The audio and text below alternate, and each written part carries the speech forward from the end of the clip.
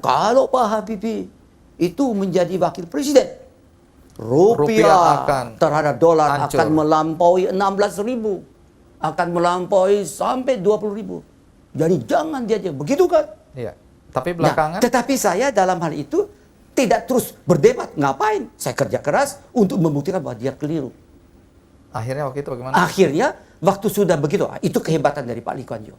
Waktu ternyata saya bisa mengembalikan pertama, itu namanya free fall daripada rupiah, saya stop dan tingkatkan sistematis lagi. Pak Lee Kuan Yew menulis surat yang dititipkan melalui Menteri Tan Abing kepada saya, dan dia katakan, Pak Habibie, ternyata saya keliru. Itu sportif. Nah, itu negarawan. Baik, kita break dulu Pak Habibie. Oke.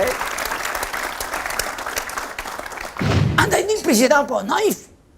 Saya jawabnya, masa bodoh. Saya tidak bisa mendapatkan beasiswa. Bukan karena goblok.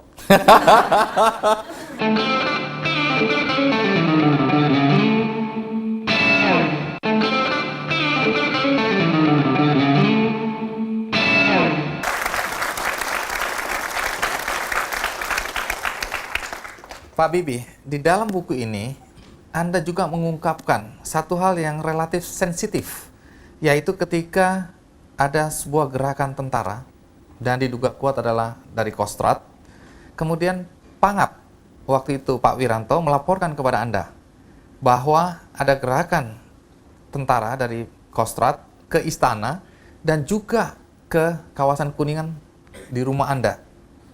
Dan rumors yang muncul waktu itu adalah gerakan kudeta yang dipimpin atau dikomandani oleh Prabowo Subianto sebagai Pangkostrat. Anda mendapatkan laporan itu dari Pangap. Reaksi Anda waktu itu bagaimana? Reaksi saya adalah saya memberikan petunjuk kepada Pangap untuk segera sebelum matahari terbenam, Pangkostrat diganti. Dan kepada penggantinya ditugaskan untuk segera mengembalikan semua pasukan-pasukan Kostrad ke tempatnya masing-masing. Di buku ini, Anda perang batin. Anda menduga-duga apakah laporan ini benar atau tidak.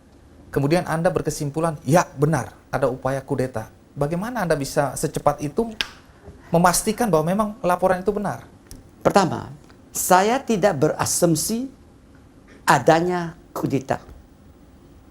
Tapi saya berasumsi bahwa adanya gerakan yang tidak sesuai dengan struktural. Kan saudara harus tahu bahwa kepada saya disampaikan oleh Pak Harto bahwa dia mau mengundurkan diri hari Sabtu. Padahal dipercepat. Saya lagi rapat dengan sidang ad hoc paripurna bagian ekonomi dan 4 Menko di Kuningan. Nah, Pak Wiranto datang mau bertemu dengan saya.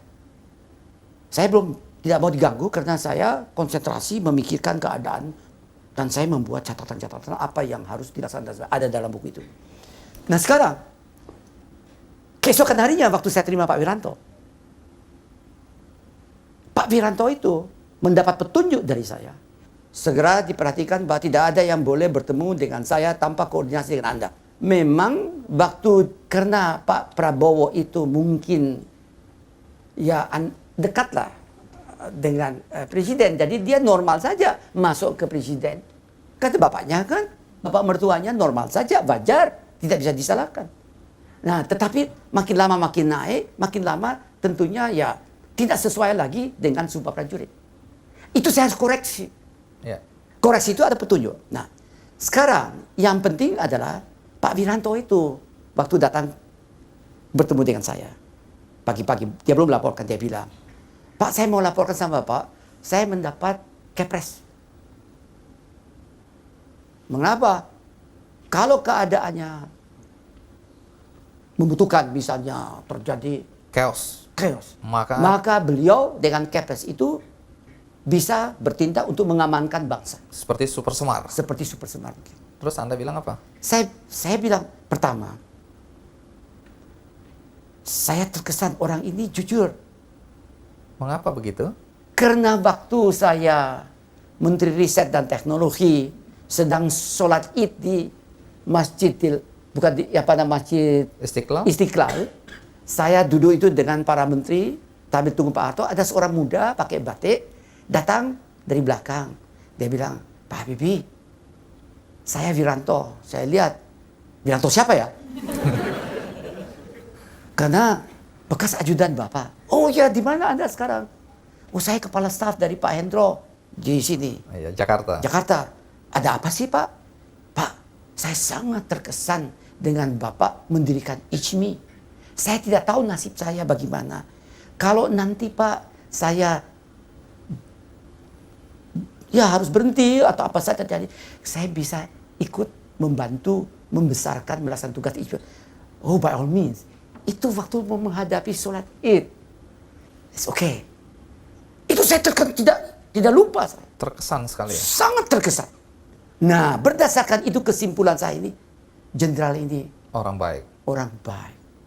Sampai Jujur. sekarang? Sampai sekarang. Perasaan itu masih ada sampai sekarang? Masih. Nggak berubah ya? Tidak berubah.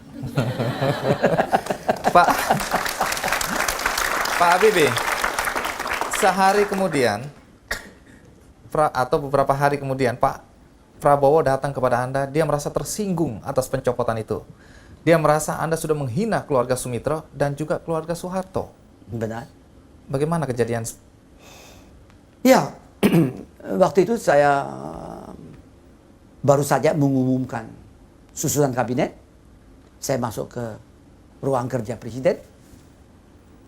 Dan saya masuk ruang kerja presiden, tempatnya Pak Harto, di mana saya boleh dikatakan hampir seperempat Hidup abad. Anda? Masuk ke situ, keluar masuk, dan di tempatnya di mana Pak Harto itu duduk, dan saya tahu di mana saya duduk. Saya tidak tahu duduk di mana saya ini. Jadi agak bingung. Karena sekarang mau duduk di tempatnya Pak Harto, kualat nanti gimana. Jadi saya bikin 2 kali sampai protokol. Pak, ini silakan tempat- duduk. Terus saya Bismillahirrahmanirrahim. Saya duduk. Ya, so what? Saya kan manusia biasa. Terus tiba-tiba datang protokol mengatakan, Pak, Pangkostrat mau bertemu dengan Bapak. Saya bisa mengatakan tidak mau. Tapi tidak saya laksanakan. Alasannya juga dengan perasaan. Alasannya pertama, ayah kandung dari Prabowo ada idola saya. Sejak saya di SMA. Pak Sumitro. Dan saya tahu bahwa keluarga itu sangat intelektual. Dan kedua, Prabowo itu dekat dengan saya idolanya Prabowo. Jadi di dalam hal itu, saya terus berpikir, ya saya tidak konsekuen ini. Karena menerima tidak ada permintaan, persetujuan dari anu. Tapi saya memberanikan diri untuk mengambil karena alasan tadi itu, plus alasan mungkin ada titipan dari ayah mertuanya. Yang saya mau bertemu tidak bisa bertemu. Begitu kan? Ya. Jadi, saya oke, atur saja. Prabowo mengatakan sama saya waktu itu, karena dia bebas dengan saya kan. Bisa baca situ, tapi dia bilang, Anda ini presiden apa? Naif. Saya jawabnya, masa bodoh. Yang penting saya presidennya, saya menentukan. Finish. Dan bagi saya tahu banyak yang mengatakan, Habibie kan tukang aja bisa buat kapal terbang. Dan nanti mejanya penuh dengan kapal terbang. Teknologi. Yang lain dia nggak ngerti itu. Nah, itu bagi saya mungkin keuntungan. Pak Habibie. Jadi tidak saya merasa dihina. Tidak. Wah, untung dong. Pak Habibie, Anda membebaskan tahanan politik yang relatif oleh Pak Harto dianggap musuh besarnya. Apa dasar pemikiran sehingga Anda membebaskan waktu itu Sri Bintang Pamungkas, kemudian Mokhtar Papahan? Tapi sebelum Anda jawab, kita lihat rekaman berikut ini. Memang yang membuat keputusan presiden itu adalah Pak Habibie karena beliau adalah presiden. Saya kira setiap presiden juga bisa membuat keputusan yang sama. Karena apa? Karena sudah ada tekanan yang luar biasa besar dari internasional. khususnya tanggal 22 Mei itu ada surat dari kongresmen Amerika yang ditandatangani oleh 15 orang kongresmen. Kata-katanya ini kurang ajar sedikit nih, ya.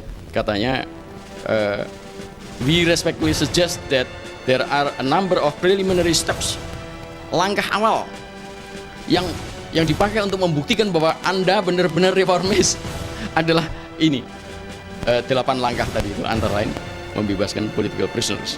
Nama saya lah nama yang paling ditulis pertama kali oleh suratnya dari Amerika dan Muchtar Papahan. Dia adalah seorang ilmuwan, didikan Jerman, dan Jerman itu yang kuat itu sosial demokrasi, gerakan buruh. Bagaimanapun lengket di hatinya, karena itu dia orang terbuka yang bisa berdialog dengan siapa-siapa.